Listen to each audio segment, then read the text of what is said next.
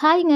இந்த குளு குளு மழைக்கு சுட சுட ஒரு ஹேர் பேக் போடுவோம். இந்த மழை நேரத்தில உடம்பு ரொம்ப ஹீட் ஆயிடும். அதனால டான்ட்ரஃப் அதிகமாயிடும். பாக்டீரியா, ஃபங்கல் உருவாகிடும். ஹேர் லாஸும் அதிகமா இருக்கும். இதையெல்லாம் கண்ட்ரோல் பண்ணி நல்ல ஒரு குரோத் குடுக்குற மாதிரி ஒரு சூப்பரான பேக் ஒண்ணு போடலாம் வாங்க. இந்த மாதிரி ஒரு பாத்திரத்தில ஒரு பெரிய ஸ்பூன்ல 2 ஸ்பூன் அளவுக்கு ரோஸ்மெரி சேர்த்துக்கிறேன். இந்த ஸ்பூன்லேயே 2 ஸ்பூன் அளவுக்கு வெந்தயம் சேர்த்துக்கிறேன்.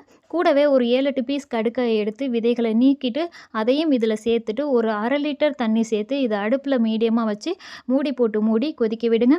இது ஒரு 200 ml 150 ml உங்களுக்கு தேவையான அளவு குறைஞ்சதும் இதை வடிகட்டிடுங்க. என்னோட மகேஸ்வரி சிவபாலன் யூடியூப் சேனலில் ஆயுர்வேதத்தின் சரியான முறையில் ஹேர் ஆயில் எப்படி ரெடி பண்ணுறதுன்னு நிறைய வீடியோஸ் போட்டிருக்கேன். அதை பார்த்து ரெடி பண்ணி நீங்களும் பயன்படுத்துங்க.